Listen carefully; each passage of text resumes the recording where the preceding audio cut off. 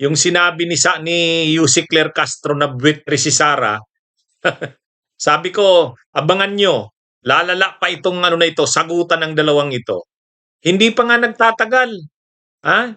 Ilang oras pa lang matapos kung maging topic yun. Ha? Ngayon naman, mayroon na naman. Niratsyada na naman ni Yussi Claire Castro si Sara. Matapos sabihin, sana daw magkatuluyan daw sila ni PBBM. Talaga, ha? Hmm?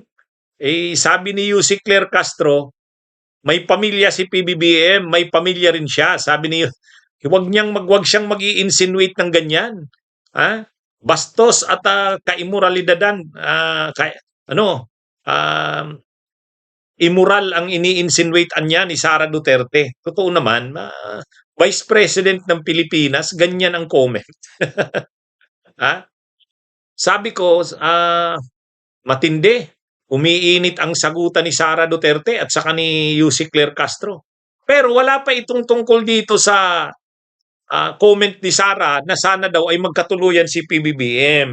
Kaya sa kasi Yussi Claire Castro, nang dinidiscuss ko yung mainit na sagutan ni Claire Castro at ni Sara tungkol pa lang dun sa sabi ni Sara Duterte, wag nang maniwala kay Claire Castro kasi panay kahihiyan daw sa bansa ang mga pinagsasabi nito. Ang sabi naman ni Yussi Claire Castro, bakit? Sino bang nakakahiya? Kaya sabi ko, ayaw ko sanang gawing topic na naman to. Kaya lang, medyo seryoso talaga to. Ha? Hiningan kasi ng isang, si Sara Duterte, hiningan ng comment ng isang follower nila. Ha? Anong message daw ni Sara Duterte kay Yussi Claire Castro at kay PBBM ngayong Valentine's Day? Ang sagot ni Sara Duterte, sana magkatuluyan daw si PBBM at saka si Castro. Ha? Bisaya kasi yung Bisaya yung dialekto, yung dialect nang sumagot si Sara. Pero yun yung translation. Ang Valentine's Day message ni Sara kay Yussi Castro at saka kay PBBM, nung ini-interview ng kanyang supporter, ay sana daw magkatuluyan ang dalawa. Ngayon, mayroon ng reaksyon. Mayroon ng reaksyon si Yussi Claire Castro, matindi. Niratsada si Sara Duterte. Sabi ni Yussi Claire Castro, anong klase ba itong si Sara Duterte?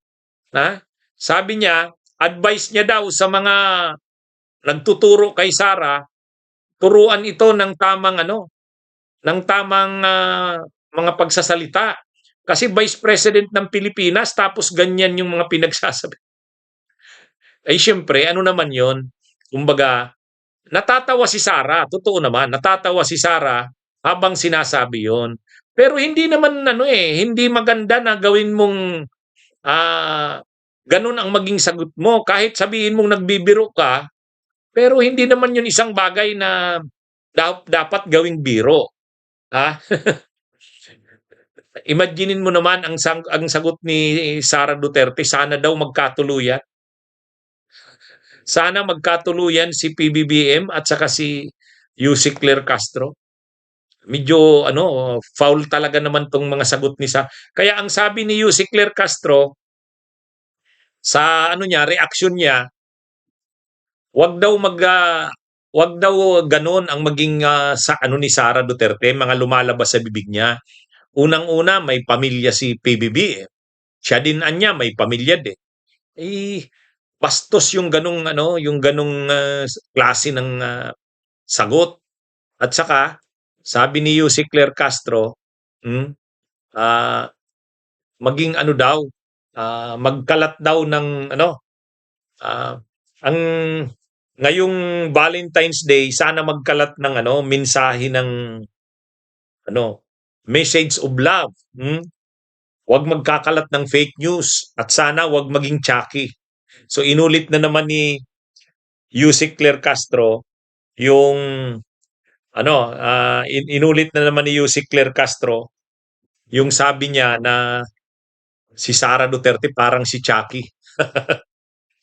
Sana Wag na daw maging parang si Chucky si Sara Duterte. Hmm. Medyo siyempre kasi ano, na medyo naiirita na rin si Yusek Claire Castro, ganun ba naman ang sabihin ni Sara? Sana daw magkatuluyan si Yusek Castro at saka si PBBM. Ah, Ginagawang katatawanan ni Sara yung bagay na yon. Siyempre hindi naman katatawanan yon kasi Vice President siya. Vice President siya ng Pilipinas. At ang pinag-uusapan ay Presidente ng Pilipinas. Oh. At si Yusek Claire Castro ay Palace Press Officer. hindi hindi naman maganda na ganun yung kanyang mga, kahit sabihin pang nagbibiro siya, hindi magandang biro yun.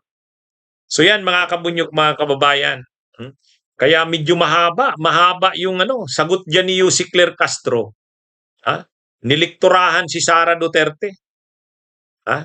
Wag daw ganun. At saka yung mga nag-handle kay Sara Duterte, turuan daw sa tamang sa tamang mensahe ng kanyang mga yung sa communication. Oh. Kasi nga medyo na ito, foul na rin ito, bastos na eh. Vice President ng Pilipinas, ganun ang message mo. Sana magkatuluyan si PBBM at si Yusek Claire Castro. Pangit nga naman. Kasi galing sa Vice President ng Pilipinas. Ha? Hindi, mga kabunyog, talagang iko na itong si Sara kay Yusek Claire Castro. Kasi talagang matapang din si Yusek Claire Castro. Ha? Bawat sabihin nila, kina-counter ni Yusek Claire Castro eh. Nakakuha kasi sila ng katapat kay Yusek Claire Castro. Hmm? Dati yung tagapagsalita ng Malacanang, masyadong mabait. Mabait na nga si PBBM, hindi pumapalag, hindi sumasagot. Tapos yung tagapagsalita pa ng Malacanang dati, yung mga mga nakaraan, ano, ganun din, tahimik din, hindi masyadong pino. Okay, ano ito? Si Yusek Claire Castro kasi talaga, katapat nila yan eh. Masipag. Laging pag may sinabi sila Sara, pag may sinabi sila Pulong, sila Baste, at ang mga DDS, lalo na sila Harry Roque, pag may sinabi, may sagot na dyan si Yusek Claire. Kaya ito, tama lang naman yan. Hindi pinapalampas ang mga ang mga sinasabi nila Sara Duterte. Kasi kailangan din na durugin mo ang mga sinasabi nito nila Sara. Matagal kasi noong mga nakaraan pang mga ang mga DDS kasi kung solo nila halos ang narrative sa social media. Pag upo ni PBBM, binibira ng mga Duterte, ng mga DDS, trolls, vloggers, lahat. Wala namang nagka-counter sa Malacanang eh. Walang nagka-counter. O ngayon, nang maging Palace Press Officer si Claire Castro, talagang siya, hindi lang siya bugada, hindi lang siya, may programa din siya sa radyo. May programa siya sa radyo, kaya rin siya, alam niya yung maging miyembro ng media. At the same time, vlogger siya. Kaya yung mga katangian na yan ni Yusek Claire Castro, abogada, rin siya, bahagi ng media dahil may programa siya, matagal sa radyo, nagpo-programa siya. Pagkatapos ngayon ay vlogger.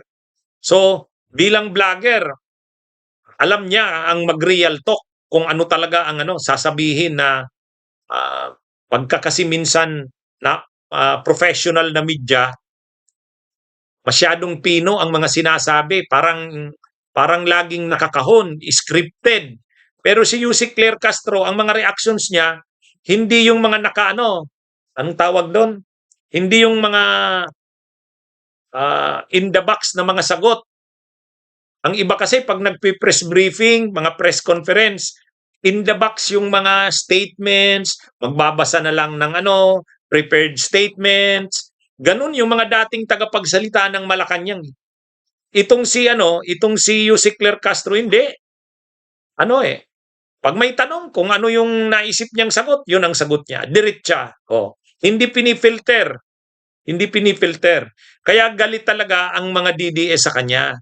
Galit sila Sara, galit sila Baste, sila Pulong. Oh. Bunyog, bunyog, halikan na kasama ka. Bunyog, kapag buklod ay may pag-asa. Luzon, Visayas, Mindanao, isa ang pananaw. Sa bagong Pilipinas ang bunyog isisigaw. Bunyog,